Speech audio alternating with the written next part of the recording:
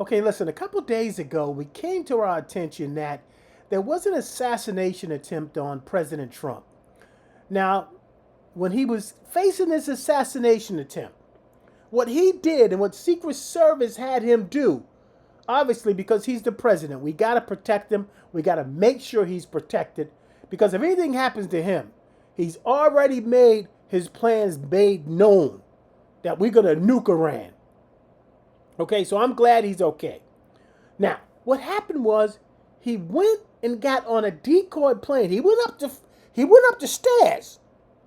He went up the stairs of Air Force One, okay? And then he went out on the other side of Air Force One into a catering truck that took him to another plane and he took off. And he's okay, guys. He's okay. But what got me was that he told all the reporters to close their windows so they would not see him getting on the catering truck, so they would not see him getting off the plane because he just came on the plane. And then Air Force One took off. And when it took off, the reporters and the staff and the pilots, they all thought the president was on the plane. Unbeknown to them, he wasn't on the plane. He was flying on another plane. Now, I know you guys may say, so what? Somebody tried to kill the president. And you know what? And I'm okay with that. He's got to protect himself. I do not. I joke around a lot about him, but I do not want anything to happen to him. And I'm sure all of my listeners feel the same way as I do and Kenobi does. We applaud. We do not go for any violence, people. But here's something that Harvey came up with from TNC. So Harvey and I are going to tag team this with you. Harvey, you started, okay? The story of Donald Trump getting on a catering truck from Air Force One and then going on to a smaller airplane to leave Turkey is astonishing enough. Yes, it is. It's scary that there was this kind of a threat. Yes, it is. But one of the elements of this incredible story has kind of been tempered for some reason. I spoke to a couple of people involved in this story, and I am not sure at all why it's been tempered. And just for you people who don't know, what Harvey's saying by tempered is he's saying that legacy media, and as far as reporting about him getting in the catering truck and taking off, they're talking about that. But what he's going to bring up and what we're going to discuss is something that legacy media is not talking about. I'm told there were more than a dozen members of the White House pool, reporters, along with a handful of White House staff and military personnel, in addition to these uniformed flight attendants, who were on the old Air Force One. And for some reason, they allowed that airplane to take off and fly to London through Turkish airspace when presumably there was a severe security threat such that Donald Trump could not take that state-of-the-art airplane to London. Now we got to stop right there, Harvey, because I want the people to understand the magnitude of what you're saying. And this is why this is being tempered. And this is why Harvey, me, and Kenobi, we got a problem with this.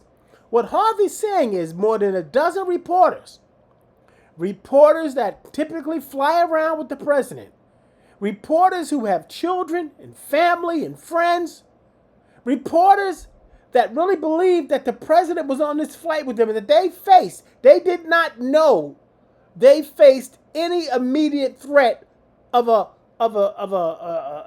nuclear bomb or anything else. They didn't know anything was wrong. Okay, they didn't know that they were facing any danger.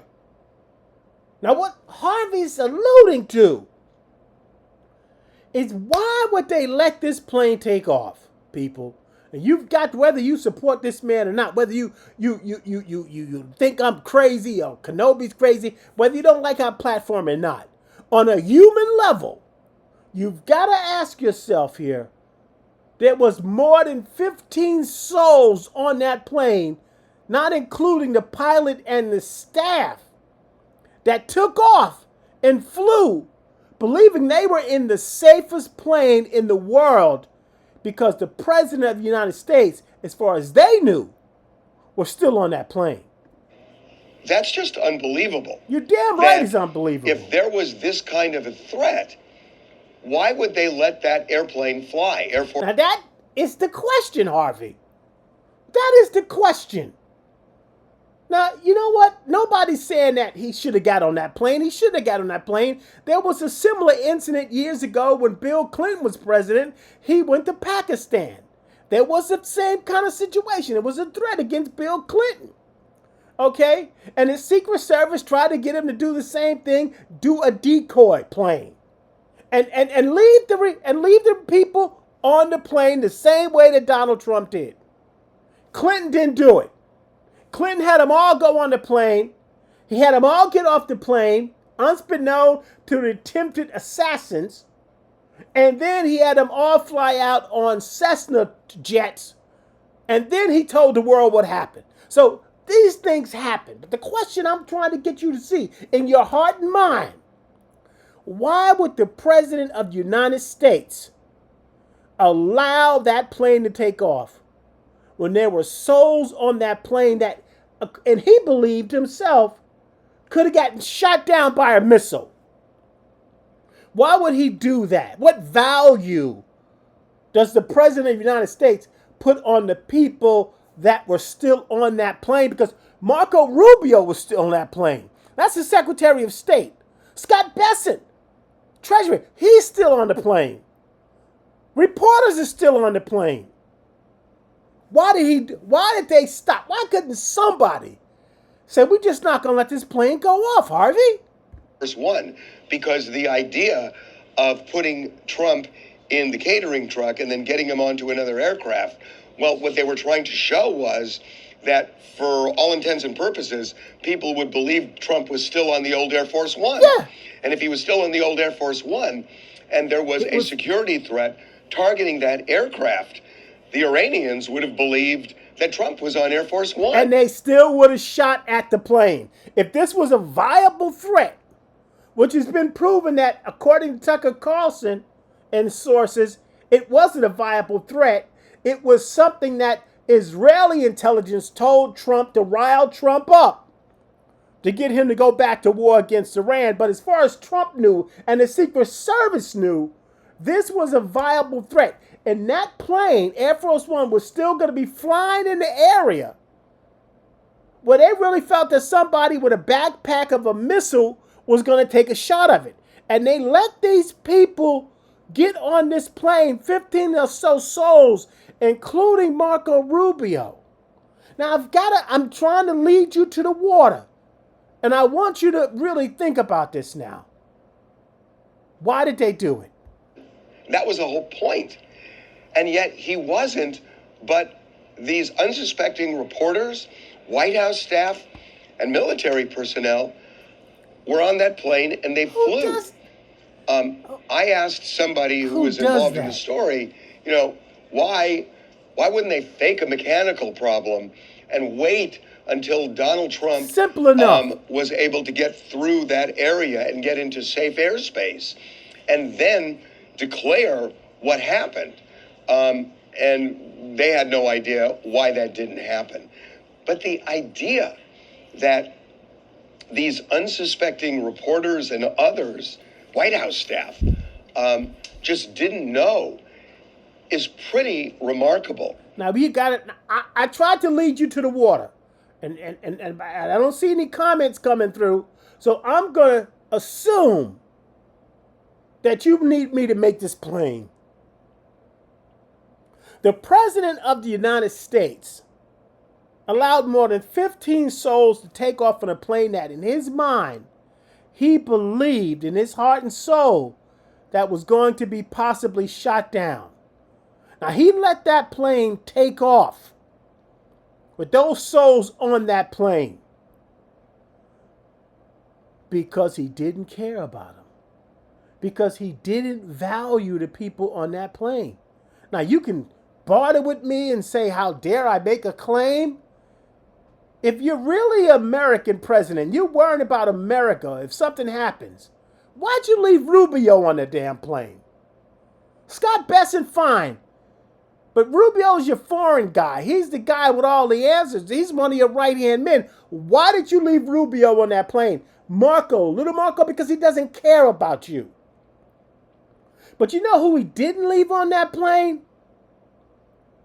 He didn't leave Natalie Harp, his human printer, the one that leaves him all the lovey-dovey notes, the one that tells him, you're all that matters to me. It is rumored that when she realized Trump wasn't on the plane, she got so hysterical, and they were concerned that because of her hysteria, she will let everybody else know Trump took her with him. Now, you're going to value Natalie Harp, and all life is precious, people. But I'm talking about you left Rubio and you took the secretary. I'm not going to touch it, but somebody should talk to Melania because that's some serious business. But the point I'm trying to get you to understand, and the point I'm trying to get you to see, is what kind of a man we're dealing with. What kind of a person. When I talk to you about a president, presidents weigh life and death. That's one of the most serious things. And no matter what political party a president is, one of the most hardest conversations you could have and the hardest decisions they will always tell you they had to make is sending somebody else to die in a possible exchange. And I've always said he doesn't value life. We got soldiers over there jumping off to Abraham Lincoln because the conditions are so bad, but he loves the military. Now, you're going to let 15 souls fly off and get shot down. Why? Because if they get shot down, you would use that as an excuse. You would use the platform of their demise as an excuse to probably nuke Iran. You would not let it go unanswered. Of course you wouldn't. You're strong and powerful. But the matter of fact is, those people, if they had known and they had the right to been given the choice, if they wanted to stay on the Decoy plane, or if they wanted to get off of it, what do you think they would have done? They would have said, get me off this damn plane. But he doesn't care about people. This is what I'm trying to get you to see. Now, if he doesn't, now listen to me now. These are not just ordinary people. These are very important people in his cabinet.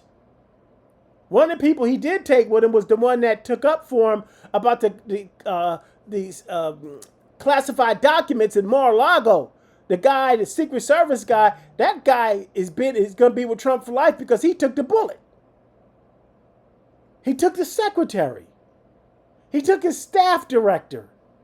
I mean, you left your staff, your closest people that you have that make you a success on that plane. Now, if he did that to those people, how much does he value you, my MAGA and Trump supporter? How much does he care about you, people that he doesn't see on an everyday basis, that's dealing with the price of fuel and meat and gas and unemployment and credit card debt and interest payments and a mortgage? How can he care about you who he don't see? When he let his staff and his Secretary of State get on a plane who he see on a daily basis and supposedly cares so much about them.